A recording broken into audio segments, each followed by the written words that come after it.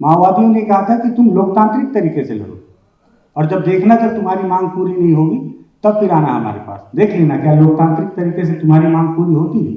और माओवादी यहाँ पे सही थे, क्योंकि मूलवासी बचाओ मंच के तरीके से जिस तरह से उन्होंने प्रोटेस्ट किया और सिलगेर में सीआरपीएफ कैंप का विरोध किया तो उनकी मांगे पूरी नहीं की गई। माओवादियों ने भी बस्तर के आदिवासियों को भरपूर मूर्ख बनाया समय समय पर। आने वाले समय में भी बस्तर में जिस तरह से विकास की गाथाएं लिखी जाएगी, निश्चित ही तौर पर लाखों आदिवासी विस्थापित होंगे और उन आदिवासियों को विकास के रास्ते पर लाने के और मुख्यधारा में लाने की बातचीत के बहाने सरकार विस्थापित कर देगी बहुत आसानी से। अगर आप आदिवासियों से पूछेंगे तो हर किसी को लगता है कि आदिवासी विकास विरोधी हैं, लेकिन ऐसा है नहीं। मैंने आदिवासियों के बीच रह के जितना उनसे सुना है, समझा है, पूछा है, जितना जाना है, तो पता चला है कि वो भी अपने बच्चों को चाहते हैं कि कलेक्टर बन जाएं, इंजीनियर बन जाएं, डॉक्टर बन जाएं, डॉक्टर बन के उनके गांव में किसी गर्भवती महिला को मरने से बचा लें। जंतर मंतर में स्टूडेंट का जो प्रोटेस्ट है जब वो सफल हुआ और शिक्षा मंत्री को इस्तीफा देना पड़ा, जब उन पर लाठीचार्ज हुई और ये पूरे देश में चर्चा का विषय हुआ, तो मैं सोच रहा था कि बस्तर के आदिवासी जब जंगल में अपने जमीन का हक के लिए लड़ाई लड़ रहे थे और उन पर गोलियां चला दी गई, तो इसके लिए जंतर मंतर में धरना क्यों नहीं हुआ।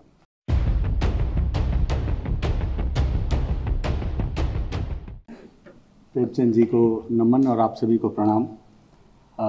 अनुज भैया ने बताया मेरा नाम विकास है, वो विकास नहीं जो वहाँ लिखा हुआ है। विकास तिवारी नाम है मेरा। मैं बस्तर में एक बहुत छोटा सा यूट्यूब चैनल है मेरा, बस्तर टॉकीज़, उसमें रिपोर्टिंग करता हूँ, बस्तर के इलाकों में घूमता हूँ।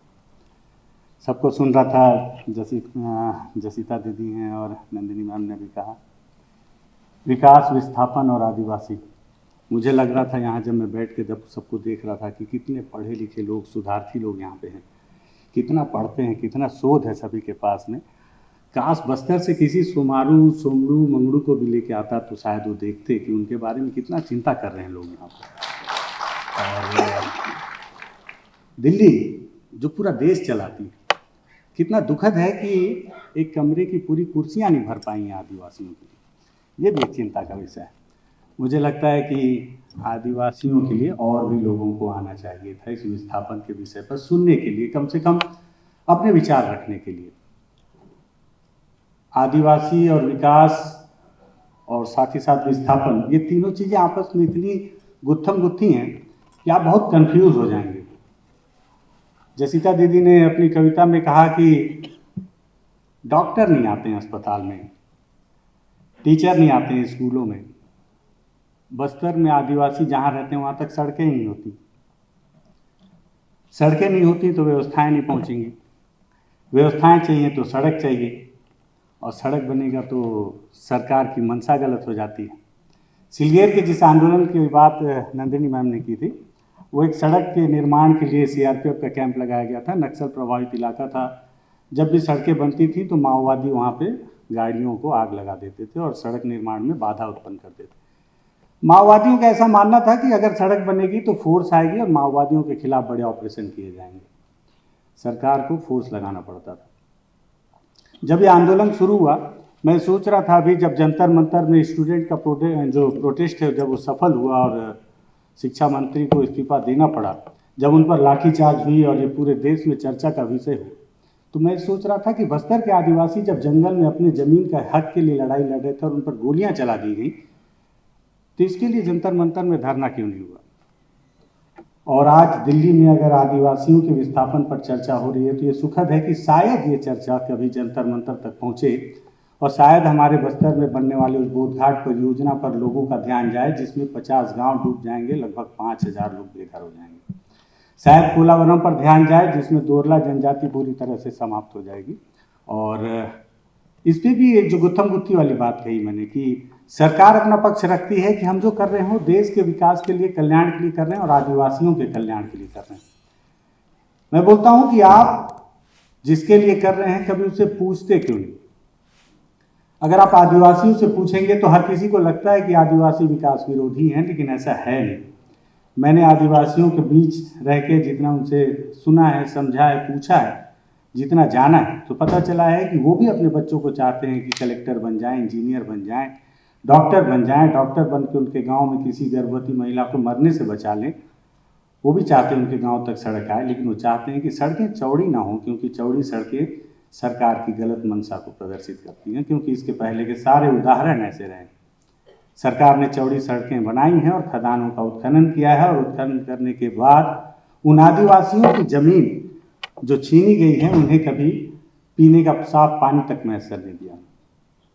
देखिए, आदिवासियों के बीच रहते रहते मैं भी कितना डरा सा महसूस कर रहा हूँ कि बोल रहा हूँ तो मेरी जबान लड़खड़ा रही है। बस्तर के आदिवासी कभी अपनी बात बोल भी नहीं पाता इसी तरीके से। नंदिनी मैम ने तो किताब लिखी है और आशुतोष भैया ने भी किताब लिखा है, बहुत लंबा समय इन्होंने बस्तर में बिताया है, बहुत गहन अध्ययन किया है आदिवासियों पे, मुझसे ज़्यादा रिसर्च है इनके पास। मैं तो बस उनके बीच रहता हूँ, मेरे पास बहुत शब्द नहीं है उनकी इस व्यथा को बता पाने के लिए। और कितना दुखद है कि एक ब्राह्मण होकर एक आदिवासियों का दर्द बता रहा हूँ, कोई आदिवासी नहीं है मेरे साथ यहाँ पे।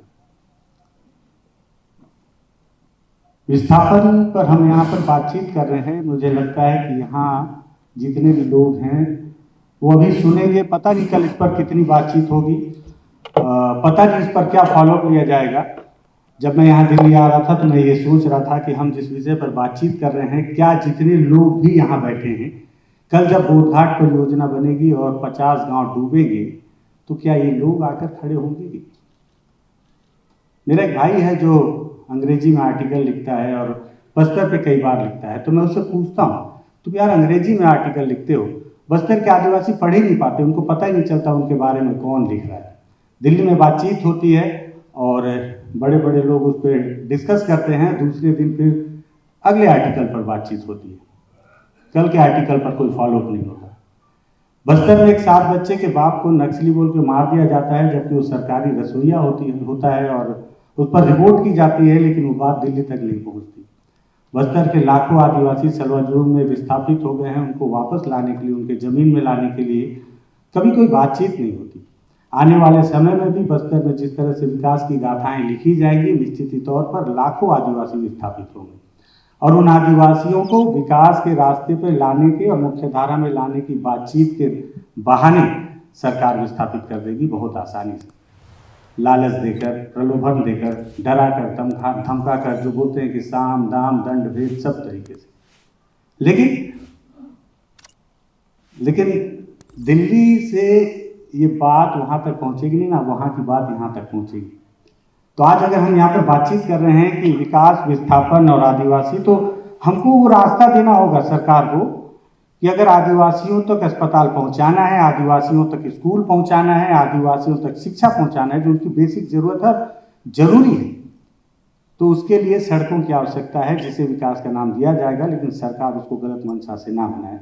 आने वाले समय में अगर आदिवासियों को खेती करवानी है तो पानी की व्यवस्था के लिए बांध और डैम की आवश्यकता होगी भी, लेकिन उस डैम के लिए पोलावरम और बोधघाट जैसी परियोजनाएं ना बनाई जाएं, जिससे कि पूरी एक संस्कृति का नाश हो जाए। दरअसल सरकार के लिए विकास का जो मायना है वो ये है कि सड़क बना दिया जाए, कारखाने खोल दिए जाएं और आदिवासियों का समग्र विकास किया जाए, उन तक स्कूल, कॉलेज, हॉस्पिटल खोले जाएं।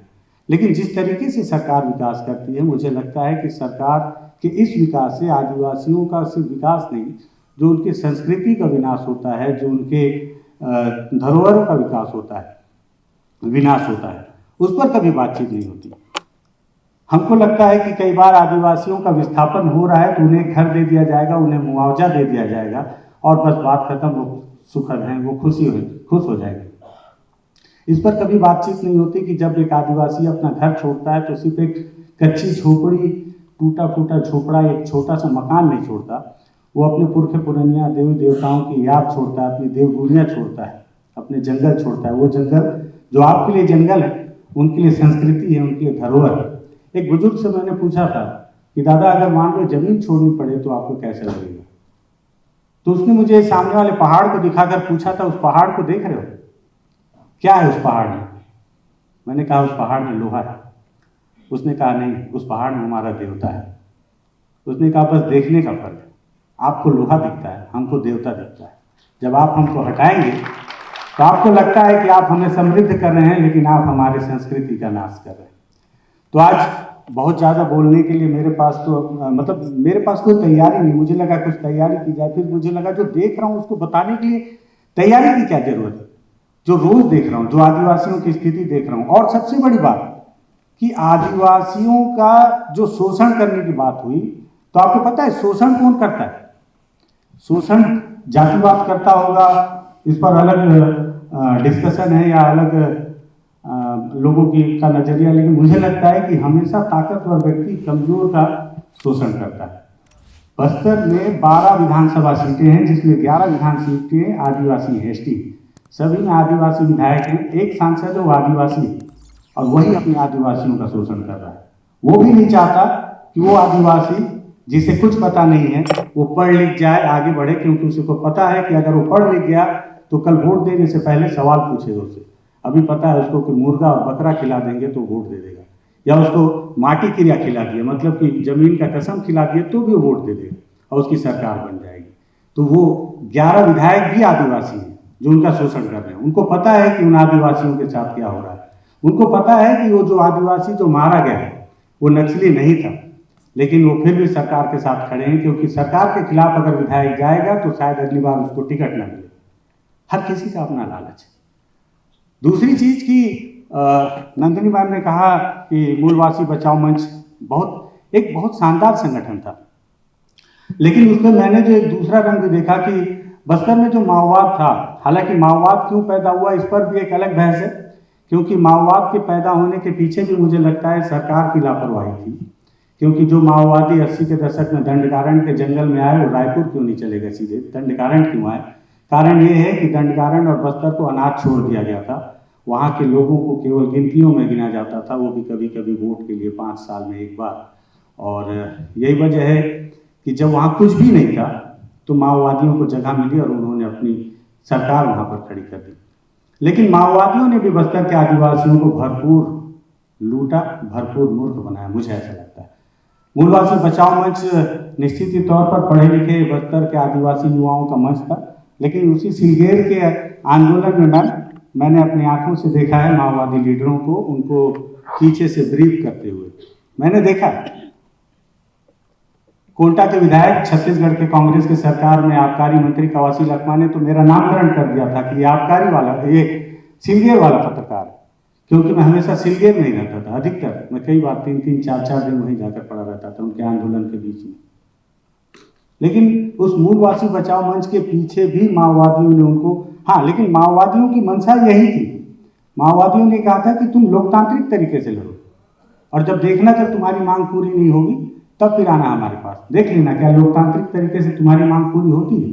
और माओवादी यहाँ पे सही थे, क्योंकि मूलवासी बचाओ मंच के तरीके से जिस तरह से उन्होंने प्रोटेस्ट किया और सिलगेर में सीआरपीएफ कैंप का विरोध किया तो उनकी मांगें पूरी नहीं की गई। लेकिन माओवादियों ने भी बस्तर के आदिवासियों को भरपूर मूर्ख बनाया समय समय पर। बस्तर में जब माओवादियों के महासचिव बसवराजू को मारा गया, उनके साथ 27 लोगों को मारा गया। मैं 4 दिन तक मार्चेरी में बैठा था नारायणपुर में, ये देखने के लिए कि बाकी के 26 लोग माओवादी बने क्यों, क्योंकि सारे आदिवासी थे। आखिर ऐसी क्या जरूरत थी, ऐसी क्या मजबूरी थी, ऐसी क्या तकलीफ थी उनको कि वो सारे माओवादी बन गए? सबकी अलग अलग कहानी। एक लड़की मारी गई थी उसमें, एक महिला कैडर, उसके घर वालों ने बताया कि उसके घर में 4 बच्चे थे, 4 बच्चे थे और ठीक ठाक जमीन थी। अबूझ मार के बहुत अंदर में उनकी जमीन जायदाद और घर थे। तो माओवादी उनको लगातार प्रेशर देते थे कि घर से एक बच्चा चाहिए हमको, घर से एक बच्चा चाहिए। जब लगातार ये दबाव दिया जाने लगा तो तीसरे नंबर की बेटी आखिर में थक कर हार गई और उसने अपने माँ बाप से कहा कि इतना जमीन और खेत बाड़ी छोड़कर कहाँ जाएंगे, कहाँ कुली मजदूरी करेंगे। एक काम करती हूँ, मैं संगठन में चली जाती हूँ, आप लोग आराम से कम खेती बाड़ी कर लीजिएगा। वो बच्ची संगठन में चली गई, उसकी कोई जल जंगल जमीन की लड़ाई नहीं थी, मजबूरी थी कि संगठन में अगर नहीं जाएगी तो परिवार नहीं बचेगा। 2 साल के बाद बसवराजू के साथ वो मुठभेड़ में मारी गई। पूरा देश उसको गद्दार बोल रहा था कि माओवादी, लेकिन किसी ने ये जानने की जहमत नहीं उठाई कि अगर सरकार उसको सुरक्षा की भावना पैदा करती कि तुम माओवादियों का विरोध करो, हम तुमको मरने नहीं देंगे, तो शायद माओवादी नहीं बनती। बस्तर में लगातार पैदल घूमते घूमते घूमते मेरे जहन में एक बात समझ में आई, हर किसी की कहानी सुनते सुनते, कि बस्तर में जंगल में पेड़, और पेड़ के हर पत्ते पे कहानी, पर उस पर धूल जमी हुई है। आप धूल साफ करेंगे, कहानियां सामने आ जाएंगी। बोलने की बहुत सारी कहानियां हैं, बहुत सारे अनुभव है। 5 साल से लगभग 2021 से पत्रकारिता में बहुत नया हूँ मैं। पत्रकारिता के एथिक्स को बहुत नहीं जानता, पत्रकारिता में डेटा कैसे खंगाले जाते हैं नहीं जानता हूँ मैं, किताबें नहीं पढ़ता हूँ मैं लेकिन नहीं पढ़ते पढ़ते एक बात समझ में आई कि आप किताब पढ़ रहे हैं, मैं किरदार पढ़ रहा हूँ। आप बार बार पढ़ रहे हैं, मैं हर बार पढ़ रहा हूँ। मैं हर बार नए लोगों को पढ़ता हूँ, हर आदिवासी को पढ़ने की कोशिश करता हूँ, हर आदिवासी की कहानी जानने की कोशिश करता हूँ। तो उसको देखते देखते समझ में आ रहा है, और जो समझ में आ रहा है बता रहा हूँ। और ये बता रहा हूँ कि बस्तर में अभी और विस्थापन होंगे। उनके लिए जब सरकार कोई कानून लाएगी, सरकार को जो करना होगा वो कर लेगी, यही सत्य है, चाहे सरकार कोई भी हो। एक चीज मैंने हसदेव में भी देखी। हसदेव में जंगल कट रहे थे, कांग्रेस की सरकार थी। जब मैं वहाँ रिपोर्ट करने पहुंचा हुआ था तो बहुत सारे आदिवासी आंदोलन में बैठे हुए थे। मैंने उनकी रिपोर्ट की और वापस लौटा। हालांकि जंगल कटने से बच तो नहीं पाए, कटे। सरकार बदली, बीजेपी की सरकार आई, तो मुझे लगा अभी नहीं जाऊंगा तो लोग ये ना बोलने लगे कि बीजेपी का आदमी। मैं फिर से गया हसदेव में, तो आश्चर्य वाली बात थी कि कांग्रेस की सरकार में जो आदिवासी धरने पर बैठे थे उसमें से आधे आदिवासी अडानी का टी शर्ट पहनकर मुझे रोक रहे थे रिपोर्टिंग करने से। बोल रहे थे कि क्या चाहते हो, हम जीवन भर लंगोट पहन के घूमें? क्या हमारा विकास नहीं होना चाहिए? क्या हमारे बच्चे कार में ना घूमें? अगर हमको मुआवजा मिल रहा है, हम आगे बढ़ना चाह रहे हैं, तो आपको तकलीफ हो रही है। आप बस्तर से दौड़कर चले आए हो विरोध करने, आप नहीं चाहते आदिवासी में विकास हो। अब उनके दिमाग में किसने भरा नहीं पता, या उनके मन में लालच किसने भरा, क्या पैसे का लालच है नहीं पता। वहीं उन्हीं के बीच में कुछ आदिवासी ऐसे भी थे जिनसे मैंने बातचीत की कि दादा जब लाखों का मुआवजा मिल रहा है तो ले क्यों नहीं लेते? तो उसने कहा कि बाबू अगर 20 लाख रुपए भी मिलेंगे तो उसका एक टाइम ड्यूरेशन है, खत्म हो जाएगा। लेकिन ये जो हमारे पेड़ है ना, जो जहाँ से तेंदू के पत्ते आते हैं, जहाँ से महुआ हम गिनते हैं, ये हमारी आने वाली कई पीढ़ियाँ यहाँ से महुआ बिनेंगी, कई पीढ़ियाँ यहाँ से पत्ते तोड़ेंगे। हम अमीर ना बन पाए, भूखे तो नहीं मरेंगे। ये जंगल हमको पालेगा, हमको पालेगा, हमारी पीढ़ी को पालेगा, हमारी 7 पुश्तों को पालेगा, इतना तो गारंटी। लेकिन 20 लाख रुपए तो शायद हो सकता है मेरे से ही बर्बाद हो जाए। तो हर किसी की अलग कहानी है, विस्थापन पर अलग अलग बहस है, और मेरी कोई तैयारी नहीं है। जो मेरे समझ में आया लड़खड़ाती जबान से जो मैंने बोला उसके लिए माफ़ी चाहूँगा। और एक गुजारिश जरूर करूँगा कि दिल्ली में अगर हम आदिवासियों के विस्थापन पर जिक्र कर रहे हैं तो इस चर्चा को आज शाम को 7:30-8 बजे के बाद छोड़ ना दिया जाए। इसको उस दम तक खींचा जाए जैसे कि कॉकरोच का आंदोलन आखिरी तक चला। बस्तर के आदिवासी या पूरे देश के आदिवासी, क्योंकि मैं एक चीज़ देखता हूँ कि पूरे देश में विकास जब भी होता है तो मरता आदिवासी है। विस्थापन आदिवासियों का ही होता है, शहरों का विस्थापन कभी नहीं होता, गांव का विस्थापन होता है, जंगल काटे जाते हैं, कंक्रीट के जंगल लगाए जाते हैं, लेकिन खड़ा कोई नहीं होता उनके लिए। तो जिस विषय पर हम बातचीत कर रहे हैं, चर्चा कर रहे हैं, तो इसको और आगे तक ले जाया जाए। मैं तो बहुत छोटा सा नुमाइंदा हूँ इस कड़ी का। मेरी जब तक औकात रहेगी या स्थिति रहेगी मैं इस पर बोलता रहूँगा जहाँ तक आवाज़ जाएगी। लेकिन जितने लोग हैं अगर सारे बोलते रहेंगे तो मुझे लगता है कि मैं तो केवल बस्तर की बात कर रहा हूँ, तो शायद वहाँ के आदिवासियों का विस्थापन ना हो पाए। अगर हो भी तो उनके लिए बेहतर भविष्य जो उनके हिसाब से चुना जाए वो संभव हो पाएगा। क्योंकि जंतर मंतर में जो फैसला आया तो उसने एक उम्मीद बंधाई है कि अगर आप पूरे दिल से अगर विरोध करेंगे लोकतंत्र के साथ में मिलकर तो निश्चित ही तौर पर शायद सफलता मिल पाए। बहुत सारी गलतियां की मैंने बोलने में, मुझे पता है, और आप लोगों को लग भी रहा होगा। मैं सभी से माफ़ी मांगते हुए अपनी वाणी को विराम देता हूँ। बहुत धन्यवाद।